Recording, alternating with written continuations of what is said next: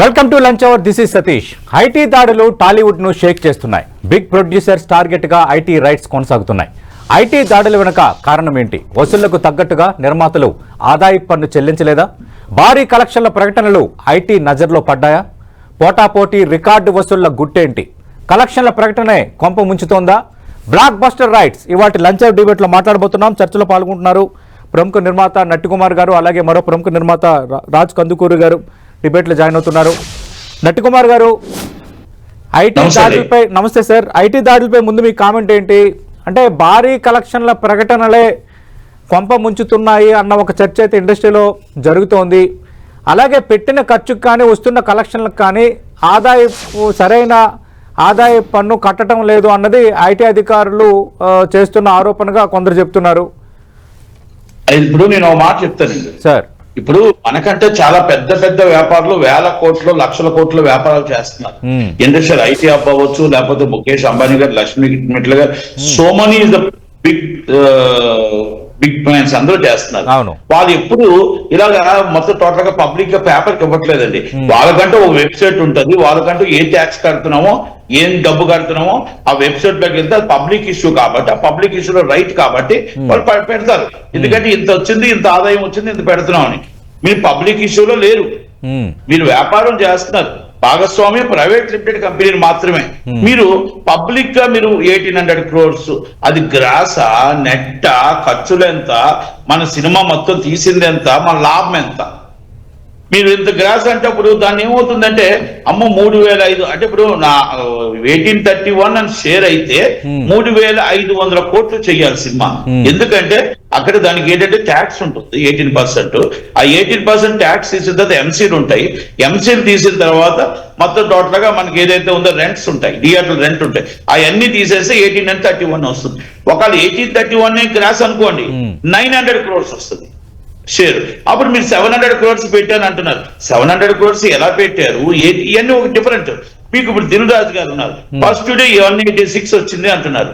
తర్వాత అమౌంట్ ఎంత వచ్చిందో ఏంటో మొత్తం టోటల్ గా 300 కోట్లు రీచ్ అవుతుంది అంటున్నారు. అంటే మనం సినిమా తీసి 50 కోట్లు అనుకుంటున్నారు, మరి దాంట్లో 250 కోట్లు వచ్చాయి. అంటే గతంలో బ్యాలెన్స్ షీట్లు ఏంటి, గతంలో వచ్చిన మన పేమెంట్ మొత్తం టోటల్ గా వాళ్ళు ఇచ్చిన ఇన్కమ్ ట్యాక్స్ లో మొత్తం ఫైలింగ్ లో ఎంత ఖర్చు పెట్టాం, అండర్ ప్రొడక్షన్ ఎంత ఉంది, ఎంత పేమెంట్, అన్ని చూసుకుంటారు వాళ్ళు. ఆల్రెడీ గతంలో మనకు తెచ్చిన సమాచారం ప్రకారం మ్యాంగో మ్యూజిక్ కి వీళ్ళు భాగస్వామ్యం, దిల్ రాజు గారు వాళ్ళు ఉన్నారు. ఆ మ్యాంగో మ్యూజిక్ లావాదేవీలు ఇవన్నీ కూడా వాళ్ళకి ట్యాక్స్, జిఎస్టీ ఏదో టాలీ కావట్లేదు. దాని మీద మొత్తం టోటల్ గా ఈ సినిమాలు ఎంత కలెక్షన్ చెప్తున్నారు కనుక దాని మీద ఒకేసారి ఈ 2 కంపెనీల మీదే దాడి చేశారండి. అభిషేక్ అగర్వాల్ అంటే అభిషేక్ అగర్వాల్ ఫైనాన్సర్ కనుక మనం మొత్తం ఇండస్ట్రీ మీద దాడి జరగలేదు.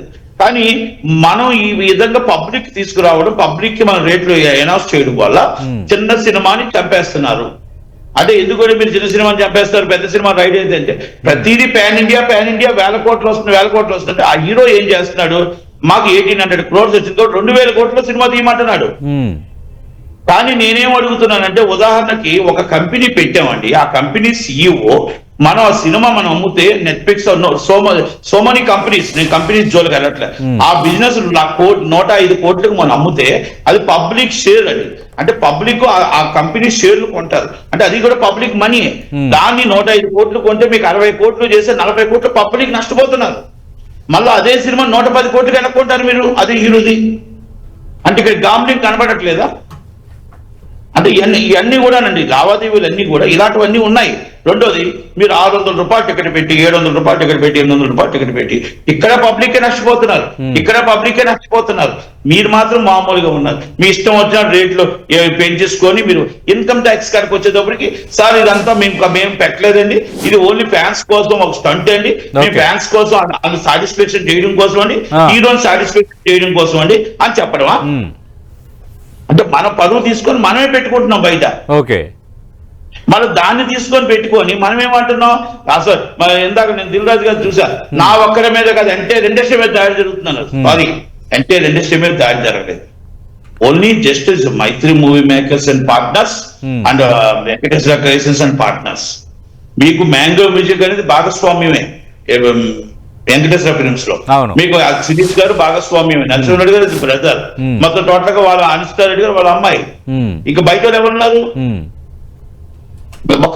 మనం నిజం మాట్లాడుకుందాం. నిజం మాట్లాడితే చాలా మందికి నిష్ఠూరమే.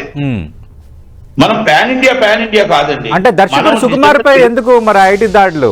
ఎయిర్పోర్ట్ కి వెళ్ళిన వ్యక్తిని తిరిగి తీసుకొచ్చి మరి ఐటీ దాడులు జరిగాయి. No Pushpa is one of the partner. Okay, I not only director. Sir బయటికి ఒక కంపెనీకి నేను ఒక్క మాట చెప్తున్నాను సార్, నాకు 2 సెకండ్లు టైం ఇవ్వండి. నేను ఒక్కటి అడుగుతున్నా, బయటికి మైత్రి మూవీస్ ప్రొడ్యూసర్స్ నష్టం వస్తే మాత్రం ఆ కంపెనీ ఆ పేరు మీద ఆయన నష్టం వస్తుంది. లాభం వస్తే ఒకరు 35, ఒకరు 15, ఒకరు 20 అన్ని పోతే మిగతండి. ఒక్క సినిమా ఫ్లాప్ అయితే నిర్మాతకు నష్టం, ఒక్క సినిమా హిట్ అయితే వీళ్ళందరికీ పార్ట్నర్షిప్ లో పెంచాలా. ఇంకొక మాట చెప్తున్నానండి మీకు, ఒక డైరెక్టర్ పేరు చెప్పను, ప్రొడ్యూసర్ పేరు చెప్పను, నాకు అస్సలు వద్దబ్బా, నాకు రెమ్యునరేషన్స్ వద్దు, ఏమొద్దు, పార్ట్నర్షిప్ లో ఎంత వస్తుంది అంత, ఎందుకంటే లాభ నష్టాలు భరించాలి కదా మనం అని ఒక వ్యక్తి అన్నాడట. కానీ నాకు నెలకు మాత్రం నెలకు నాకు సాలరీ ఇవ్వని అడిగాడట. ఆ కుటుంబానికి సాలరీ నెలకు 180. ఆ 180 into 3 years మనడు ఆటోటకు తట్టుపడిపోద్ది దెబ్బకి. ఇక్కడ మళ్ళీ పార్ట్నర్షిప్ లో మళ్ళీ పంపకాలు. అంటే నిర్మాత ఎలా ఉంటాడు? రేపు తేడా వస్తే సినిమా పరిస్థితి గేమ్ చేంజర్ తేడా వచ్చింది. ఓకే, మేబీ ఏది ఏమైనా అది ఒక నిర్మాతగా దిల్రాజుకి దెబ్బే, నష్టమే. ఇప్పుడు దాన్ని కాపాడడానికి ఎవరు వస్తారు మళ్ళా? ఓకే, ఆ సంక్రాంతికి వస్తున్నాడు, డబ్బు వచ్చింది, ఆ డబ్బుని మళ్ళీ దీంట్లో కవర్ చేశారు. కొంత డబ్బుని ఏదో మన చేతుల్లో ఉన్నాయి కాబట్టి, ఏ కంపెనీ సిఇఓలు ఉన్నారు కాబట్టి కార్పొరేట్ కంపెనీలో నుంచి కొంత డబ్బు. రైట్ ఖచ్చితంగా మాట్లాడదాం సార్, మీరు లైవ్ లోనే ఉండండి. రాజ్ కందుకూరి గారు, ఆల్రెడీ ఐటీ దాడులకు సంబంధించి దిల్ రాజు రెస్పాండ్ అయ్యారు, నా ఒక్కరిపై కాదు అందరిపైన దాడులు జరుగుతున్నాయని. అలాగే మనం ఈ డిబేట్ జరుగుతున్నప్పుడు 10 టీవీలో బ్రేకింగ్ కూడా వస్తుంది. సంక్రాంతికి వస్తున్నామని మేమంటే సంక్రాంతికి వస్తున్నామని ఐటీ వాళ్ళు కూడా అన్నారు అని అనిల్ రావుపూడి దర్శకుడు ఒక ప్రకటన చేస్తారు. 2 ఏళ్ళకి ఒకసారి ఐటీ దాడులు జరగడం కామన్ అని అంటున్నారు. అంటే స్పెసిఫిక్గా 2 ప్రధాన సంస్థలపైన, అలాగే సంక్రాంతి సినిమాలతో సంబంధం ఉన్న సంస్థలపైన దాడులు జరగటానికి కలెక్షన్లకి అసలు సంబంధమే లేదా? ఏమండి, ఇప్పుడు ఇందాక నట్టికుమార్ గారు చెప్పినట్టుగా ఇది ఇండస్ట్రీ మొత్తం అవ్వలేదండి. ఫస్ట్ వెరీ క్లియర్ అది. అసలు ఈ ఇష్యూ అంతా ఎక్కడ మొదలైంది? ఈ గేమ్ చేంజర్ అనే సినిమాకి ఏదైతే కలెక్షన్లు వెరీ ఫస్ట్ డే 186 కోట్లని ఏదైతే రాశారో, రెండో రోజు 295 కోట్లని కలెక్షన్ అని పెట్టారు. అంటే ఇది ఒక్కొక్కసారి ఫ్యాన్స్ కోసం హైప్ చేయడానికి చేశారా? ఏదో ఫ్యాన్ మేడ్ పోస్టర్ అదంటే కాదు, ప్రొడక్షన్ హౌస్ నుంచే వచ్చింది. మరి ఇవాళ రోజున 13వ రోజు కలెక్షన్ 182 కోట్లని మరి ఇంకొక వెబ్సైట్ చెప్తోంది. ఏదైతే డైలీ కలెక్షన్ ఏదైతే వాళ్ళు మానిటర్ చేస్తున్నారో వాళ్ళు 182 కోట్లని వాళ్ళు చెప్తే ఇది గ్రాసా, ఇది షేరా? మరి అయితే ఆ రోజు చేసింది అది గ్రాసా, ఇది షేర్ అయితే ఇదేది కన్ఫ్యూజన్ ఉంది ఫస్ట్ ఆఫ్ ఆల్. ఇంకొకటి, ఎప్పుడైతే దిల్ రాజు గారు బడ్జెట్లు హెవీగా చేశాం, మేము చాలా ఖర్చు పెట్టామని 75 కోట్ల రూపాయలు 5 పాటలకు ఖర్చు పెట్టామని అన్నారు. అంటే 15 కోట్లు ఒక పాటకు ఖర్చు పెట్టారు. మామూలు నాలాంటి వాడైతే ఒక 5 కోట్లకు ఒక చిన్న సినిమా తీస్తాం ఆబ్వియస్లీ.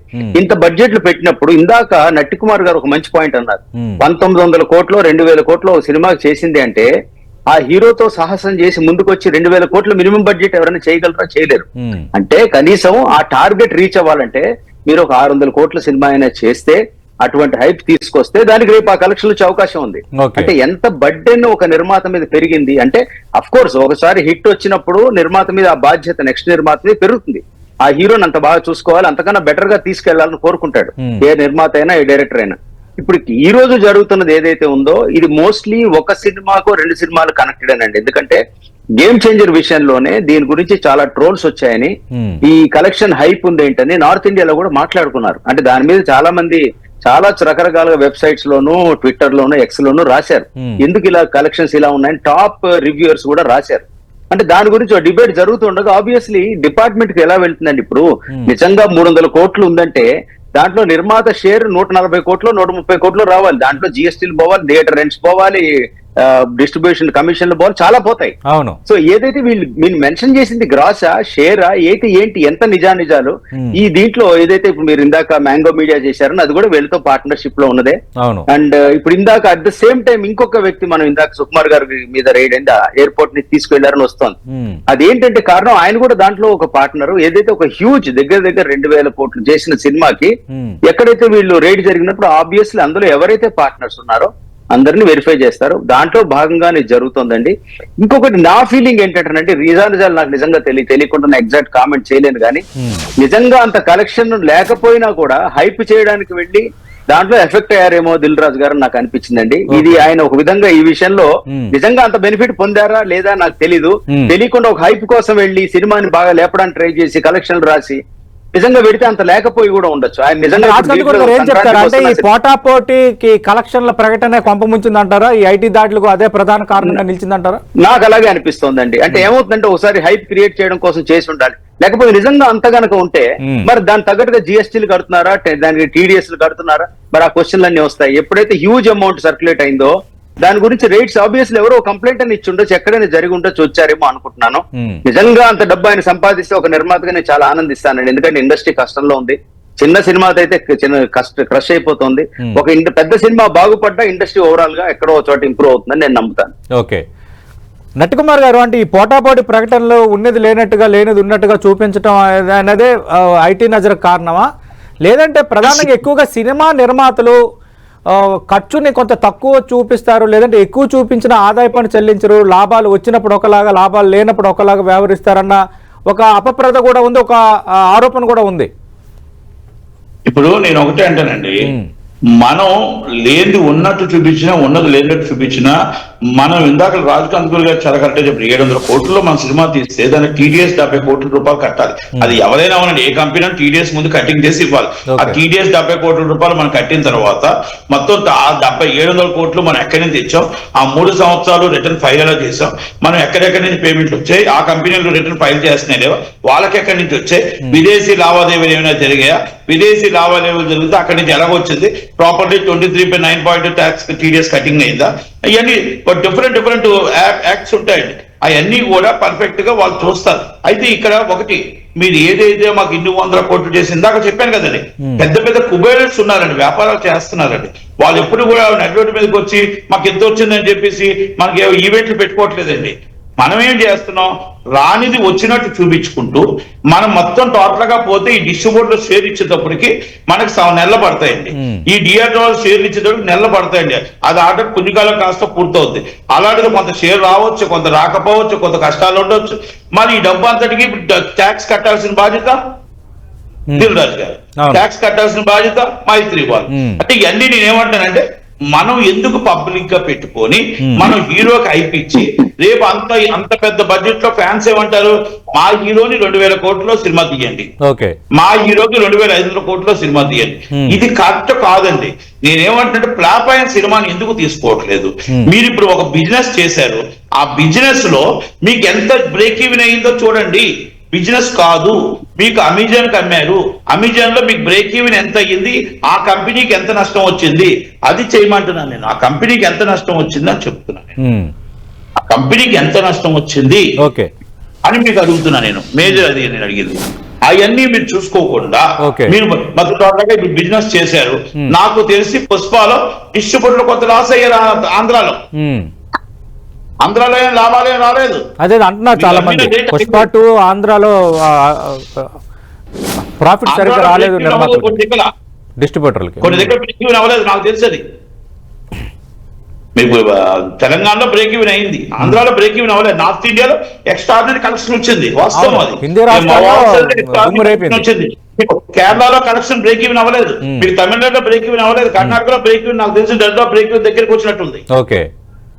ఇది నిజాలు, అబద్ధం కాదు ఇది. నేనేమంటానంటే అండి, ఇప్పుడు డిస్ట్రిబ్యూటర్ కి ఎగ్జిబ్యూటర్ గా నేను ఉన్నాను కాబట్టి ఉదయం వేస్తే అందరితో మాట్లాడుతున్నాను కాబట్టి మనకి రాజకాంత్ గారు కానీ మాకు కానీ ఈ నిజాలు తెలుస్తాయి. ఇప్పుడు ఎవరు ఇష్టం వచ్చినట్టు పేపర్ లో రాసేస్తూ టీవీలో వేస్తూ, అందుకే కదా మీ ఇద్దరిని పిలిచారు డిబేట్ కి. మీరు ఫ్యాక్చువల్ గా ఉన్నది ఉన్నట్టు మాట్లాడతారు, అసలు ఏం జరుగుతుందో చెప్తారని కదా. అంతే కదండి. ఇప్పుడు నేనేమంటానంటే, మీ కంపెనీలే బయట ట్విట్టర్ లో ఇంత పే చేసిందంటే దానికి సమాధానం ఏం చెప్పాలి?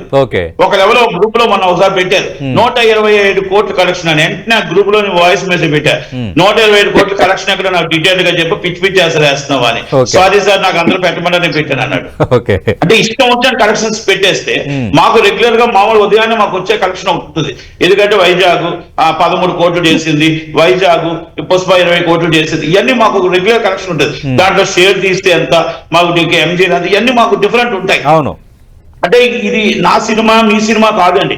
ఇస్ ద రెగ్యులర్ ప్రాక్టీస్ ఏంటంటే ప్రతి నిర్మాతకి ప్రతి డిస్ట్రిబ్యూటర్ కంపల్సరీ పంపిస్తాడు. ఓకే. ఎందుకంటే ఐడియా కోసం రేపు ఫ్యూచర్ లో ఆ హీరోతో సినిమా తీయాలా, ఎలా తీయాలి, ఇలా ఓకే. నేను రాజకీయ కందుకూరు గారి 2000 కోట్ల సినిమా తీయడం కానీ మామూలుగా మేము దీన్ని చూడటానికైనా పనికి వస్తాం. ఎందుకంటే 2000 కోట్లు పెట్టి సినిమా తీయకపోయినా మీరు నిర్మాతలుగా వ్యవహరించే ఏదైనా చిత్రం రికార్డు సృష్టిస్తుందేమో చెప్పలేం కదా. చిన్న సినిమాలు కూడా కోట్లు కొల్లగొట్టిన ఉన్నాయి. తక్కువలో తీసి రూపాయి ఎక్కువ వస్తే లాభం వస్తే సంతోషం అండి. మనము వ్యాపారంలో 100,000 కోట్లు పెట్టి 100 కోట్లు తీసుకోవడం, రోడ్డు మీద పడిపోవడం అనేది అంత అవసరం లేదు. మీకు రెగ్యులర్ ప్రొడ్యూసర్ మీ సినిమా తీయట్లేదు, మీరు అర్థం చేసుకోండి. మీరు క్లియర్ అర్థం చేసుకోండి. అల్లు అరవింద్ గారు 2000 కోట్ల సినిమా తీయరు, అశ్విని దత్ గారు 2000 కోట్ల సినిమా తీయరు, మీకు ఆటోమేటిక్ గా మీకు సురేష్ బాబు గారు తీయరు, అశ్విని దత్ గారు తీయట్లేదు అంటే వాళ్ళ అమ్మాయి వాళ్ళ అల్లుడు వాళ్ళు సొంతంగా తీసుకుంటున్నారే తప్ప మీకు కానీ ఇప్పుడు సినిమా దిల్ రాజు మైత్రి మూవీస్ కూడా రెగ్యులర్ నిర్మాతల కేటగిరీకి వచ్చినట్టే కదా, కంటిన్యూగా సినిమా ఉన్నారు కదా కొద్ది సంవత్సరాలుగా. అగ్ర నిర్మాతలు అంటారు. అగ్ర నిర్మాతలు అంటే అమెరికా ఎంతో డాలర్ ఎంతో వాళ్ళు డాలర్ అంత వాళ్ళు, మేము రూపాయి అంతట వాళ్ళని. Cinema Telugu cinema industry Aravind అగ్ర నిర్మాత, అశ్విని దత్ డాలర్ అంతట వాళ్ళు.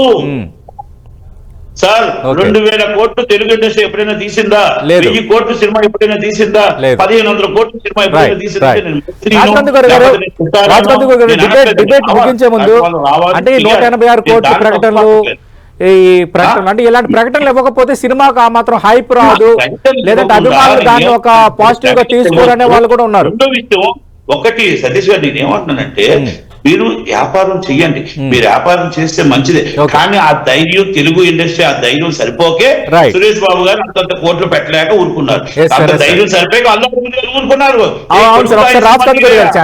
రాజ్ కందుకూరి గారు అదేనండి, ఒక హైప్ క్రియేట్ చేయడం సినిమా ప్రమోషన్ లో భాగమే. వెరీ ఫస్ట్ డే వాళ్ళు వేసిన పోస్టర్ ఏమిటి? కేజీఎఫ్ పోస్టర్ పక్కన వేశారు. కేజీఎఫ్ 165 చేసింది, ఇది 185 చేసిందని. నిజంగా 185 చేసిందా? ఇప్పుడు నిజాలు మాట్లాడుకుంటే ఇందాక నట్టింబారు అన్నట్టు ఒక గ్రూప్ ఉంది, మా గ్రూప్ లో ప్రతిరోజు భీమవరంలో ఇప్పుడు ఈ థియేటర్లు ఏముంది, తాడేపల్లి గుడిలో ఆ థియేటర్లు ఎంత, మ్యాట్నీ కలెక్షన్ ఎంత, ఇవన్నీ కూడా గంటకు వస్తుంటాయండి. బట్ ఇవన్నీ చూసి ఊరుకుంటాం. అంటే ప్రమోషన్ లో భాగంగా ఇప్పుడు ఎవరైనా కానీ కొద్దిగా 20% 30% హైక్ వేసుకుంటారు, ఓకే. బట్ ఏదైతే వీళ్ళు వేసిన ఫిగర్లకి ఇవాళ ఉన్న ఫిగర్ ఆ రోజు ఫస్ట్ డే వేశారు వాళ్ళు. మరి అది షాకింగ్ అనిపించింది. ఆబ్వియస్లీ ఇది కనుక నిజంగా ఉంటే ఓకే, దానికి తగ్గట్టు ఇంత అమౌంట్ మీరు వేస్తే 295 కోట్లు మీరు సెకండ్ డేకి వేశారంటే మీకు అసలు ఈ సినిమా మేకింగ్ 450 కోట్లు ఎంతో పెట్టే సోర్స్ ఎక్కడి నుంచి వచ్చింది? మీకు ఇచ్చిన వాళ్ళు మీకు 10% డిడక్ట్ చేసి టీడీఎస్ కట్టే ఇచ్చారా? మీ పేరు మీద వాళ్ళు టీడీఎస్ అక్కడ కట్టారా? ఇన్కమ్ ట్యాక్స్ అన్నాక ఏమండి 20,000 రూపాయలు దాటితే మీరు వైట్ లోనే ఇవ్వాలి యాజ్ అ రూల్, మనందరికి తెలిసిందే కదా. మరి ఎవరైనా మనకు తెలిసి తెలియక మనం చాలా చేస్తున్నాం, చిన్న చిన్నవి చూసి చూడండి వెళ్ళిపోతుంది. బట్ ఏదైతే when it comes huge crores, hundreds of crores, ఎక్కడైనా ఇలాంటి ఇష్యూ జరిగినప్పుడు ఖచ్చితంగా దాంట్లో పరిశీలిస్తారు. అందువల్ల జరిగింది ఇది, అంతకన్నా ఇంకేం. Right. Thank you Raj Kandukuri గారు. Thank you. వెల్కమ్ అండి. నట్టు కుమార్ గారు, ఖచ్చితంగా మరి దీని తర్వాత అయినా మరి నిర్మాతలు మారుతారా, లేదంటే ఈ కలెక్షన్ల ప్రకటన విషయంలో కానీ హైప్ క్రియేట్ చేయడంలో కానీ కొంత ఇక్కడ నుంచి ఆలోచన చేస్తారా? మనం వేచి చూడాల్సిన పరిస్థితి కనిపిస్తోంది. ఇది బ్లాక్ బస్టర్ రైట్స్ పై 10 టీవీ లంచ్ అవర్ డిబేట్.